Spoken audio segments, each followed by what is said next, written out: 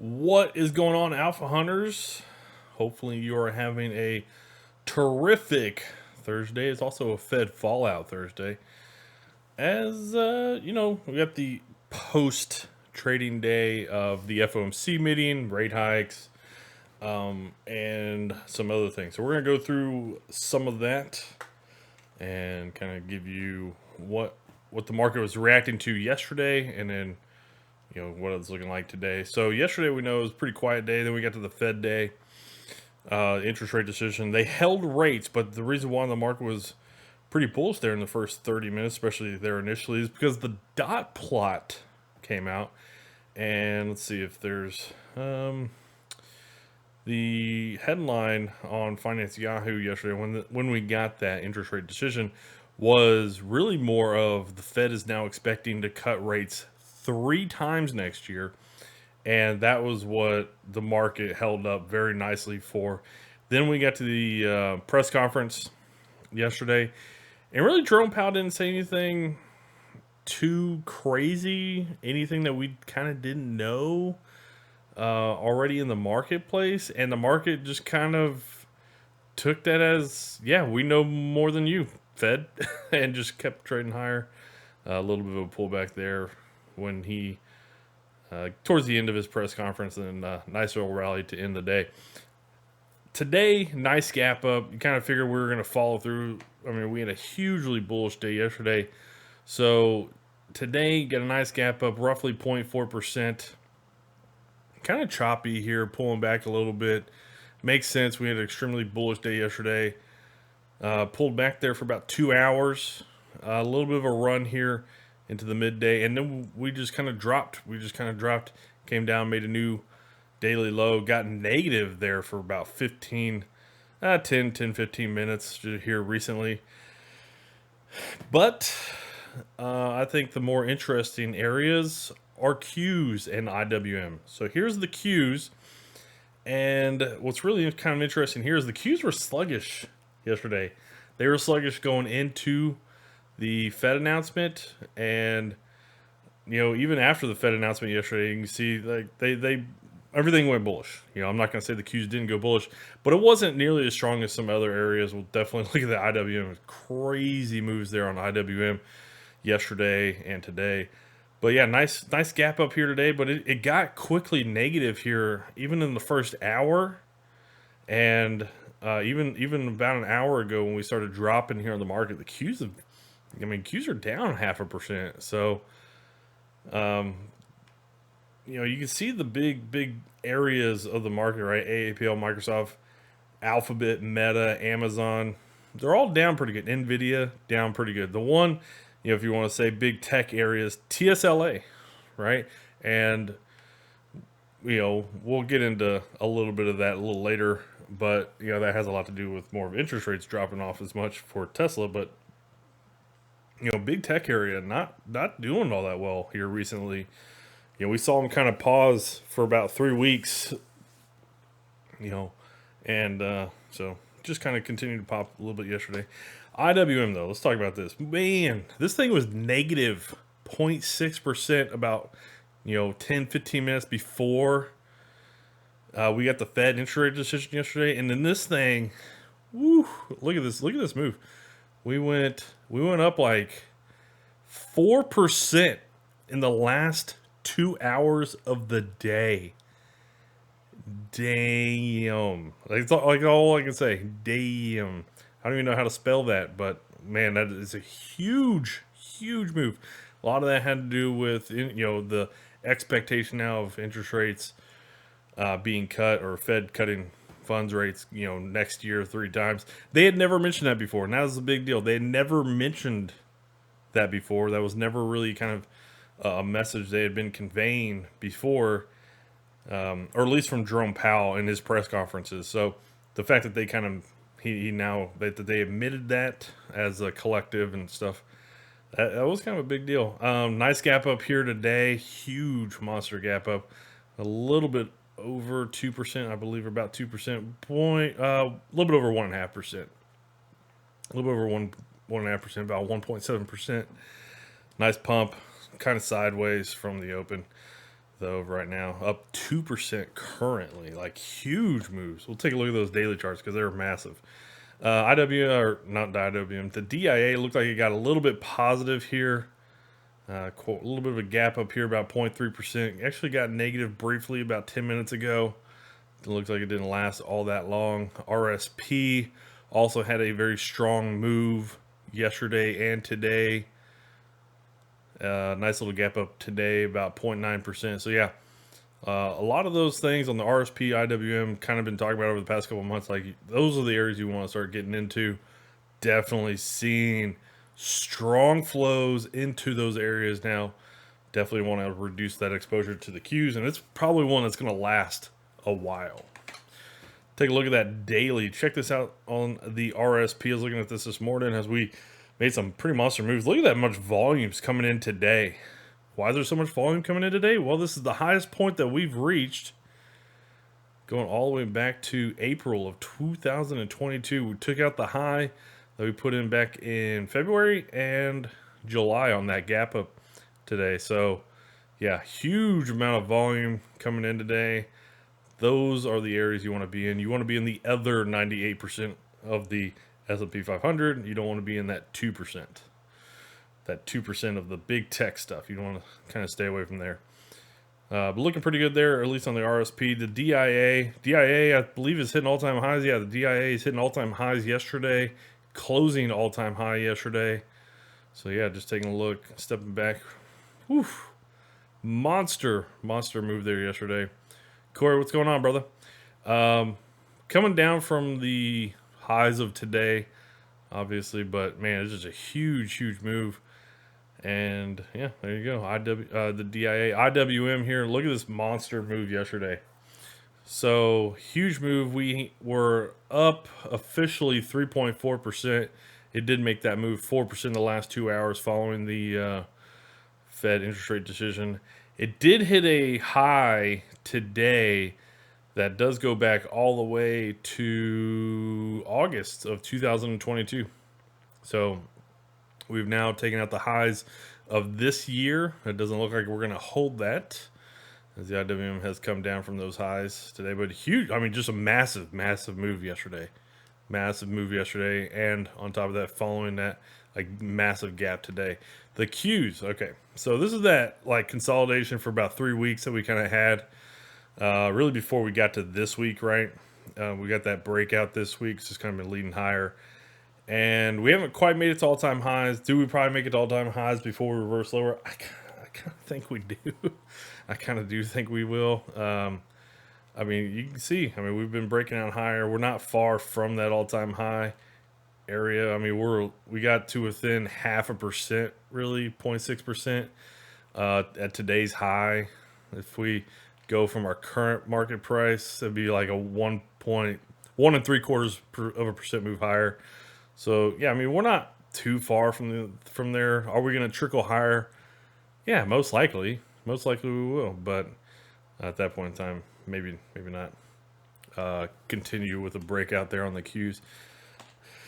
The SPY, where are we at on the SPYs? Because we definitely made some breakouts this week.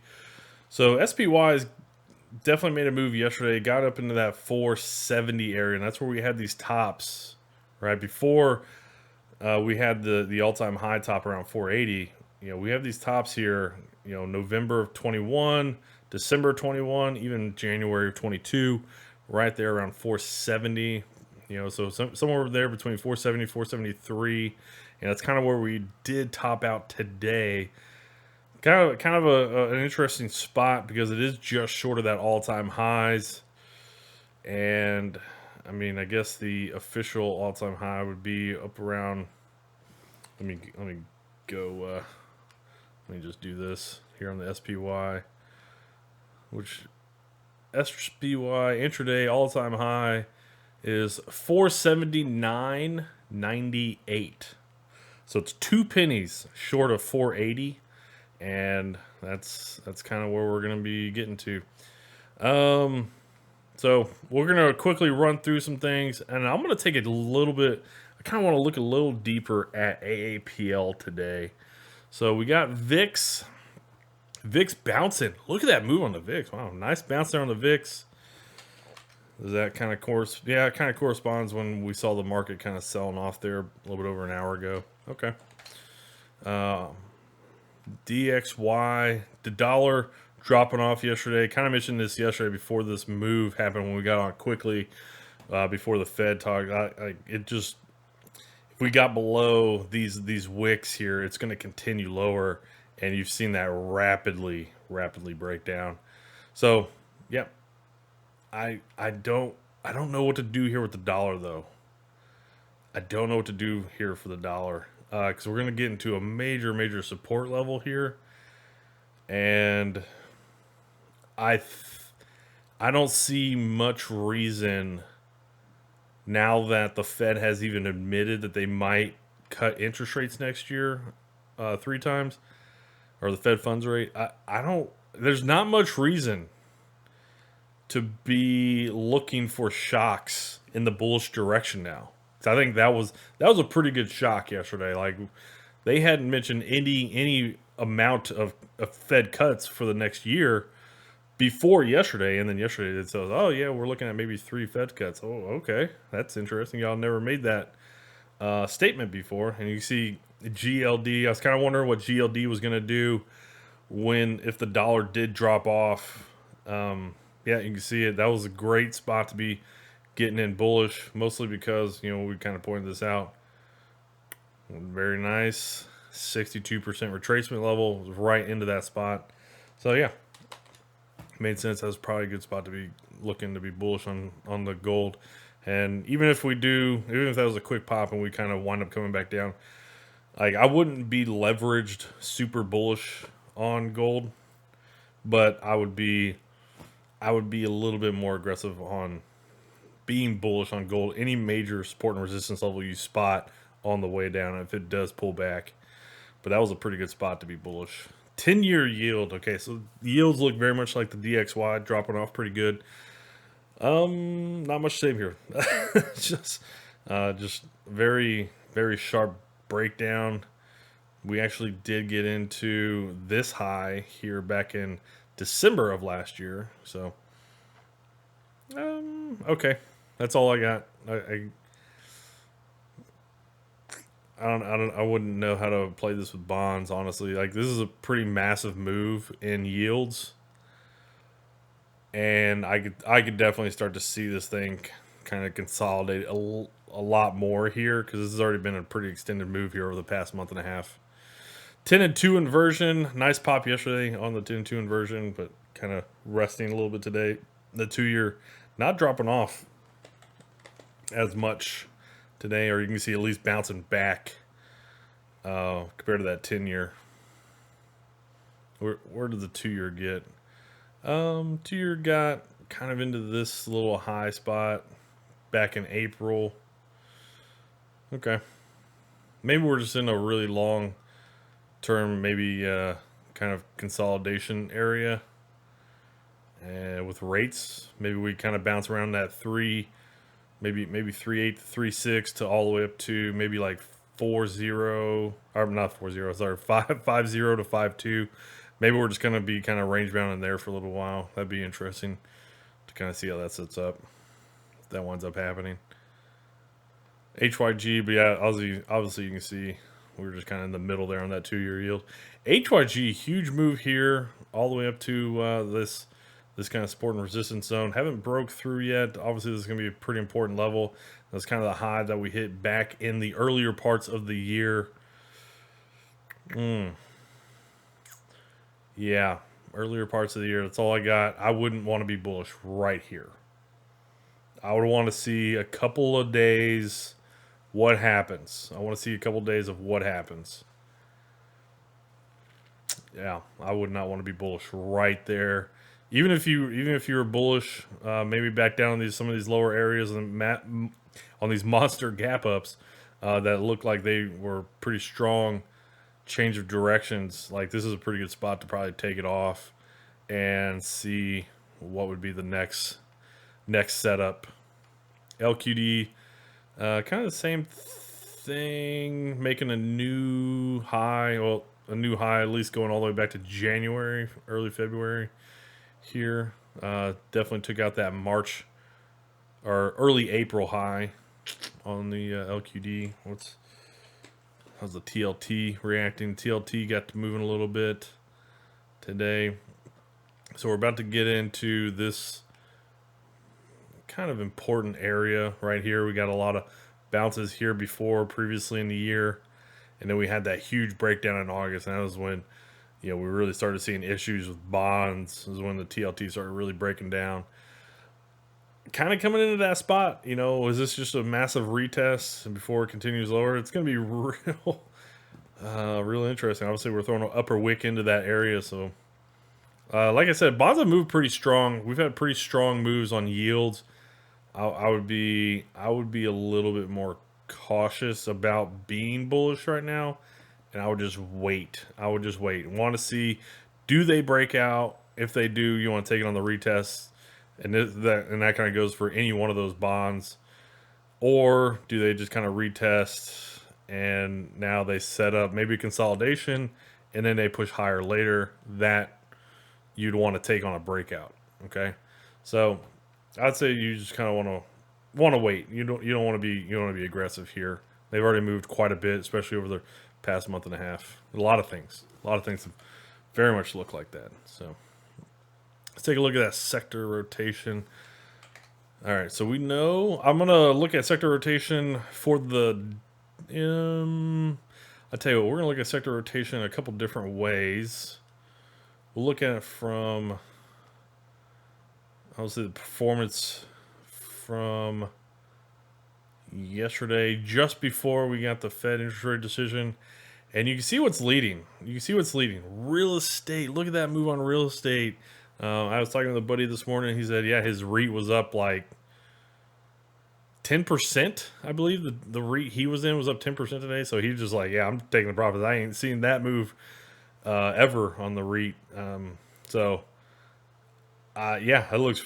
I mean, that's a monster move, and this kind of goes back to, some comments. I don't know what rates have, what level REITs are at now, but I was kind of mentioning that over the, a couple months back, like back in October when REITs really were dropping off. I was like, you want to be buying REITs, man. REITs getting that cheap is crazy opportunistic, crazy. Anyways, REIT's doing really well today. Energies, very strong. Materials, very strong. XLY, looking pretty good there. Industrials looking good. Financials also outperforming. Yeah, financials had a very strong pop yesterday. You can kind of see that purple line even yesterday. Very, very strong. Utilities were very strong yesterday. Look at that move on utilities up to close out the day. Even kind of strong this morning, but kind of looks like they faded quite a bit during the day today. So utilities a little bit outperforming there. XLC, communications area, underperforming. Healthcare underperforming. Tech underperforming. Staples underperforming. So discretionary is one of the things that's probably helping discretionaries, rather compared to XLC, XLK, on the big tech area. It's probably a lot to do with Tesla, and they've mentioned before, and especially in their past earnings call, that they are seeing real issues with interest rates on consumer purchasing power on interest rates, which makes sense. You buy cars with interest rates or with loans, so obviously interest rates are going to be a big deal as far as buying cars. So since yesterday's close, what have we seen? Real estate's bouncing pretty good, continuing to bounce higher. Energy's also up there leading the day. Materials doing pretty good. Industrials, discretionaries, financials also outperforming on the day. Underperformers, communications, tech, healthcare, utilities, and staples. Interesting. So the risk-off area sectors are actually underperforming the most, even though they did do pretty good yesterday after that interest rate decision. Okay, so yeah, makes sense. XLU kind of was noticing that, had a nice gap up, but they've faded throughout the day, so it makes sense that they're kind of the biggest underperformer there. We also got Staples underperforming, healthcare, tech underperforming there, in line with the market. XLC, XLY, so communications and discretionaries under kind of in line there with the market. We got financials, industrials, materials, real estate outperforming. Biggest outperformer on the intraday. Energies. Energies, the biggest outperformer.